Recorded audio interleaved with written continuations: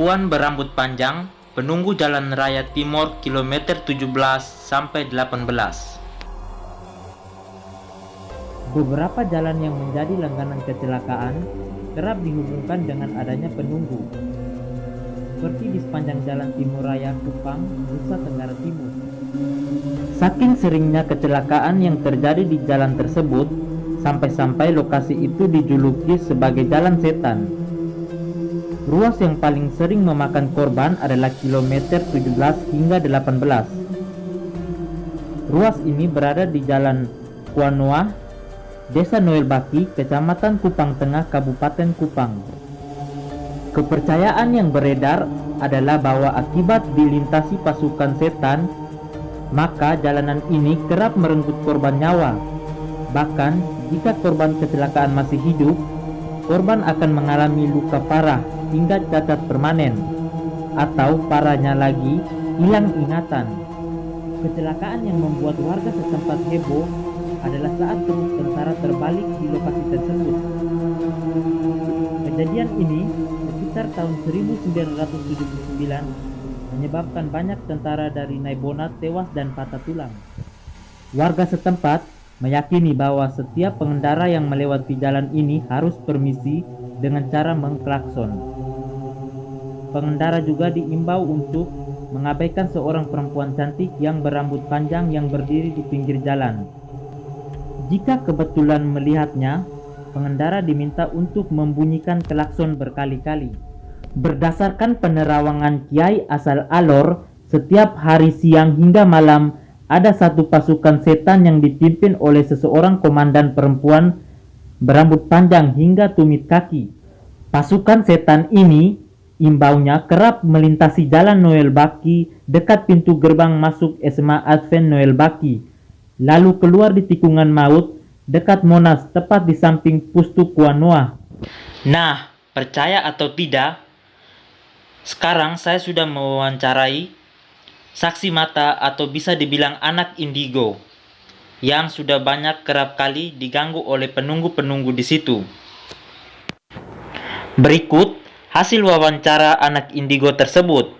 Mohon didengar sampai habis ceritanya.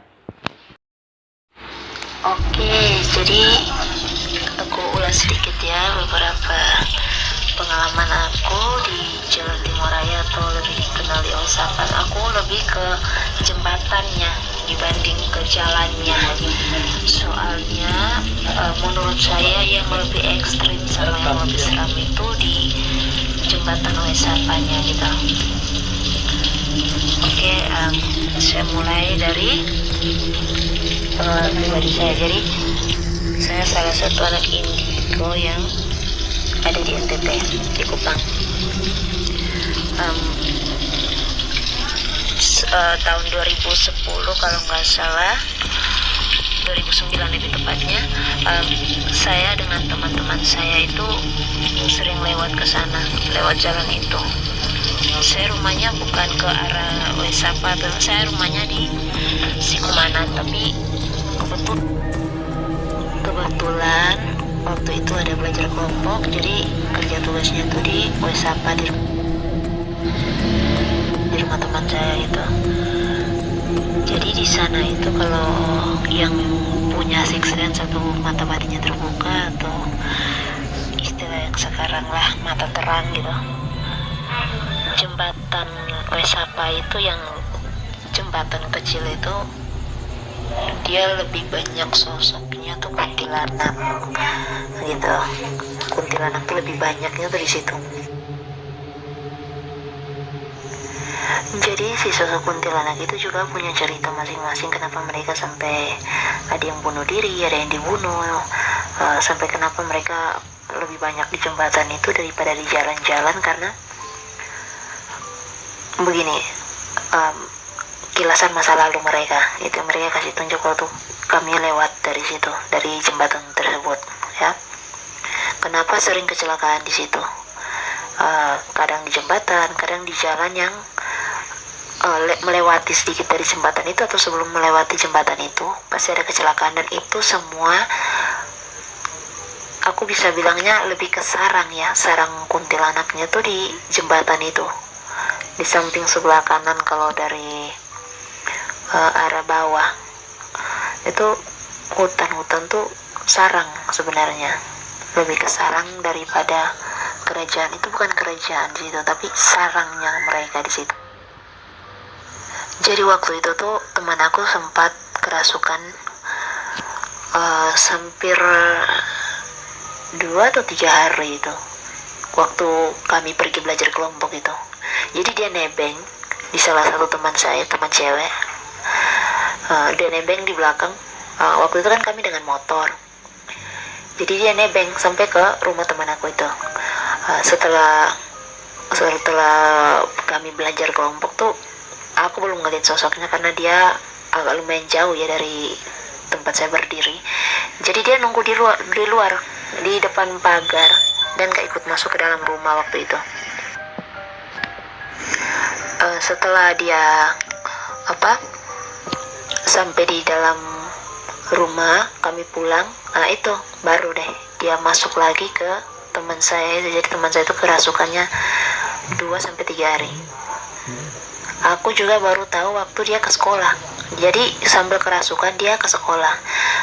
Hari yang ketiga itu aku sempat ngomong sama dia, mending pulang deh. Jadi teman-teman yang gak liatin si Kunti ini mikir aku lagi marah sama teman aku, padahal enggak gitu. Aku ngomong sama si Kunti itu. Waktu aku marahin dia tuh kayak gimana ya, kayak kasih tunjuk dia punya energi yang besar itu, kasih tunjuk melototin saya, kuku yang panjang-panjang itu jadi aku tuh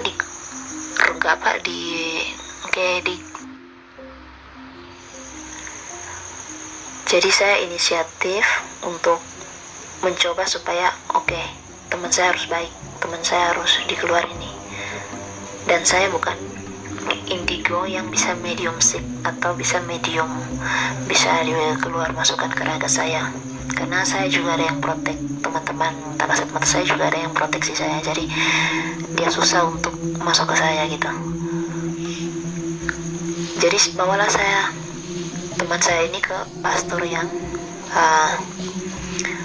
saya biasa pergi ini untuk bukan diruqyah ya, dibantu untuk dibersihin gitu. Setelah dikeluarin dia ngomong, kita kemarin lewat jembatan kan, gimana sama belajar kelompok? Saya bilang, waduh, ini udah masuk hari keempat dari yang dia kerasukan, dia baru ingat yang ke belakang gitu. Ya jadi kami jelaskan ke dia kalau lo kemarin kerasukan selama 3 hari.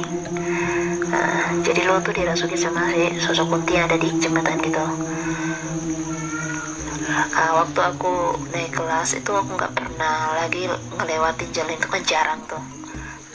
Udah mulai parno juga lewat situ karena hampir semua tempat tuh ada. Tapi baru di Oesapa itu yang aku benar-benar ngelihat yang namanya sarang kuntilanak. Nggak di tempat-tempat lain. Biasanya kan ada gedung kosong gitu, ada banyak yang kita lihat, tapi nggak yang serame di jembatan itu. Di Liliba juga ada, di Gua Jepang juga ada, tapi yang aku alamin langsung dan ada satu hal yang bikin saya benar-benar gercep sekali sama Jalan Timoraya ini, karena kakak kelas saya meninggal kecelakaan pas di ujung jembatan. Waktu itu baru pulang dari latihan cheerleaders, dia nggak pakai helm, tapi temannya tuh yang boncengin dia tuh pakai helm. Terus sebelum melewati jembatan itu mereka tukar helm. Jadi teman saya ini pakai helm, kawan yang di sebelah ini dia nggak pakai. Tapi yang anehnya teman saya yang pakai helm ini yang meninggal. Masuk koran kok dulu, masuk koran kecelakaan 2 siswi.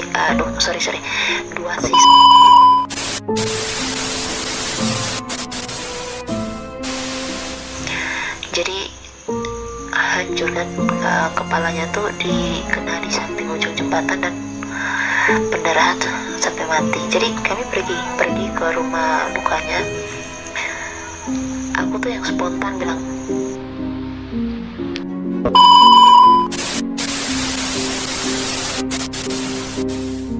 tadi tuh aku ngomong yang langsung spontan kayak gitu. Langgar beberapa hari tuh aku sama beberapa teman saya yang punya mata terang lah istilahnya, mereka bisa lihat tapi nggak bisa komunikasi. Jadi kami ke sana. Di sana tuh beneran dua teman saya itu, yang satunya kan karismatik, dia yang yang kewalahan karena dia jadi medium sipil itu.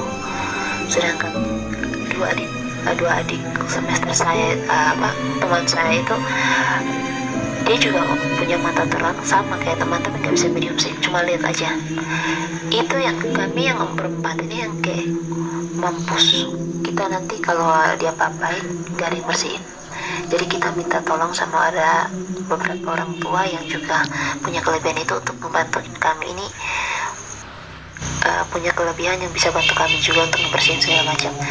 Jadi sampai di sana kami ketemu sama sosoknya, namanya Ancis ya, dan dia secara terang-terangan nentangin kita tentang kematiannya itu. Dia masih nggak terima sampai sekarang, dan dia terang-terangan nentangin kalau dia emang sengaja buat banyak orang celaka di situ supaya nemenin dia di situ.